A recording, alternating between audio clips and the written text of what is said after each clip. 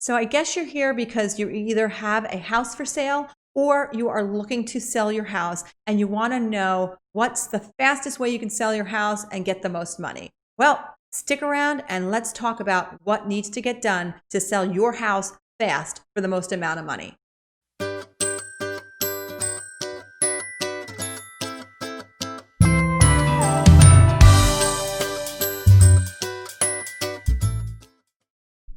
Hi, if you haven't been to my channel before, welcome. My name is Laurie Rose, and for those of you that are returning, thank you so much for coming back and watching another video.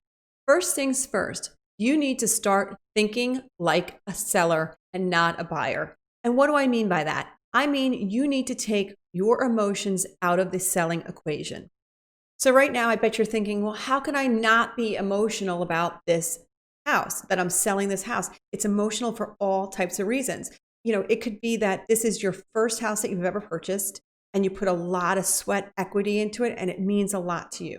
Or maybe this is the home where you raised your children and there's so many fond memories in this home. So again, it's going to be emotional, but because of that, you look at your house with rose-colored glasses on. Okay, now that you're thinking straight and you're thinking with a lot less emotion, let's talk price. And again, remember, this is a business transaction. And so what does that mean? That means that the fundamental economic factors of a sale apply here. And those factors are, you have sales history. 2, you have market trends. And 3, you have supply and demand. So let's talk about all of these factors. So we're going to start off talking about sales history. And that's one of the best ways as a seller you can find out what you can expect your home to sell for. And it goes the same for buyers as well, to find out what a home should sell for. And this is looking at past sales for comparable homes in your neighborhood. Please don't look at those online estimates like the Zillow Zestimates. They're really not accurate. The most accurate information you can get is your past sales from comparable homes in your neighborhood. That's going to give you the best indication of what your home is going to sell for. Okay, so here's where everybody kind of fails and falls into that emotional trap. The market is going to dictate the price. And you can't outsmart, you can't outwit, and you can't trick the market. I know that you feel that your house is so much better than everybody else's, so much nicer than your neighbors. We all feel that way. And maybe it is, but how much more? Is someone really willing to give you a lot more money for your home than everyone else's in the neighborhood? Probably not. By trying to outsmart the market, and by that I mean you've gone against what the market's telling you it's doing and you've overpriced your house, you're going to miss out on potential buyers. There are going to be qualified people that want your house that will never even take a look at it. And you've got to remember that you are going to be in the strongest position to get the best price for your house and the most eyes on your house when it's first on the market, when it's fresh on the market. All right, so it's been 30 to 45 days and your house hasn't sold. That's a problem. That means you've misjudged or misread the market.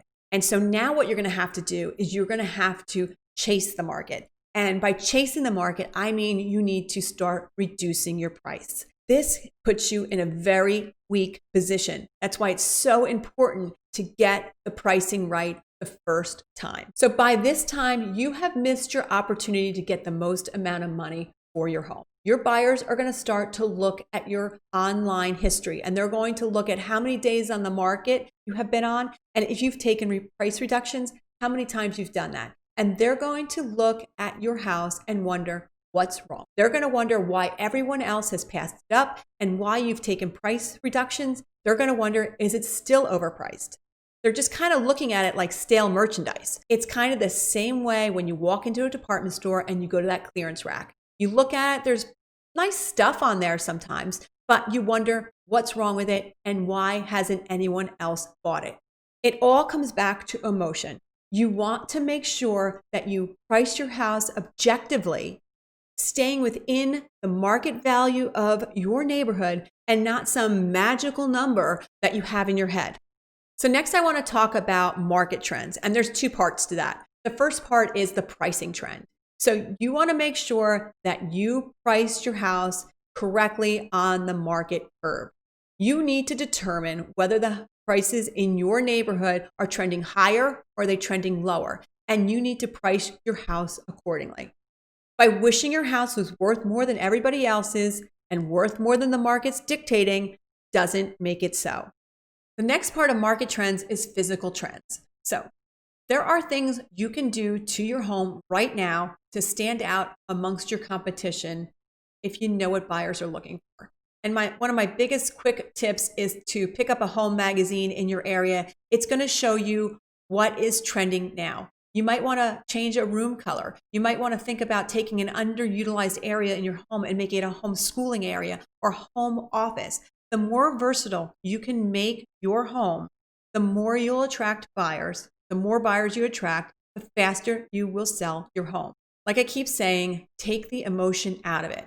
You want to take your emotions and your personality out of that home, and you want the buyer to now see that home as their home, not your home, their home. Ultimately, how fast you sell your house and for how much money you sell your house for comes down to one thing, and that one thing is supply and demand. When there is limited supply of similar houses in your neighborhood, obviously the demand is going to be greater. So if you have priced your house correctly, and I mean in that market range and not that magical number in your head, your house is going to sell fast. And it may even sell for more than you are asking.